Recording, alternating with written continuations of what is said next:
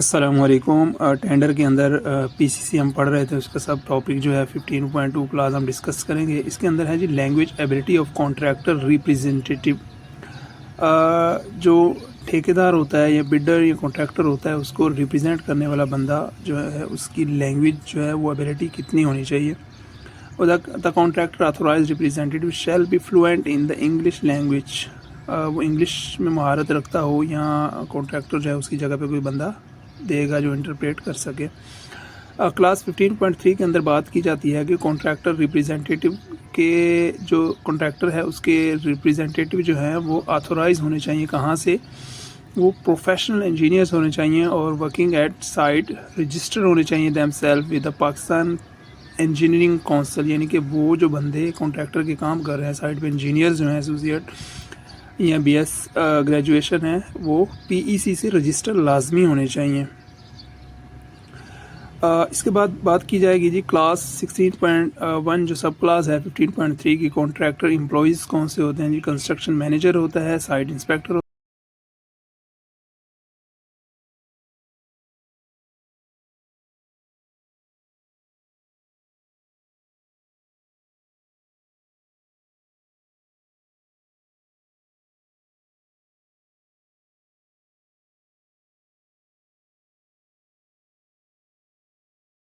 Language ability of superintendent staff of contractor. यानी कि contractor का स्टाफ साइट पर खड़ा हुआ है, क्या वो फ्लुएंट है, वो एबल है कि वो बात कर सके, काम की जो नौइयत को समझे और उसको जो है वो कोऑर्डिनेट कर सके इंजीनियर्स के साथ। तो वो कहते हैं कि are reasonable proportion of the contractor superintendent staff. जो एक रीज़नेबल पोर्शन है स्टाफ का, वो वर्किंग नॉलेज को पहचान सके और उसको इंग्लिश में बयान भी कर सके। 16.4 में एम्प्लॉयमेंट ऑफ लोकल पर्सनल, यानी कि कॉन्ट्रैक्टर जो है वो इनकरेज करे जिस जगह पे उसका प्रोजेक्ट है उसके आसपास की लोकल लेबर को जो है वो हायर करके अपने काम को जो है सर अंजाम दे। ऐसा ना हो कि वो बाहर से जो है लोगों को हायर कर रहे और वहाँ के आसपास के जो लोग हैं वो इस प्रोजेक्ट पर काम ही ना कर सकें।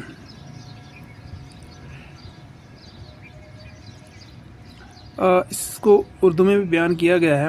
अब इसके बाद का जो टॉपिक है वो सेफ्टी प्रिकॉशंस है 19.3 के अंदर। In order to provide for the safety health and welfare of persons and for prevention of damage of any kind all operations for the purpose of or in connection with the contract shall be carried out in compliance with the safety requirements of the इसकी अगर बात की जाए तो इसमें ये वो कह रहे हैं कि जो लोग वहाँ पे काम कर रहे हैं उनको सेफ्टी के प्रिकॉशंस जो हैं वो मुकम्मल तौर पर मालूम होने चाहिए और इंजीनियर्स की हिदायत और इजाज़त के साथ ये जो है मुकम्मल इम्प्लीमेंट करवाने चाहिए।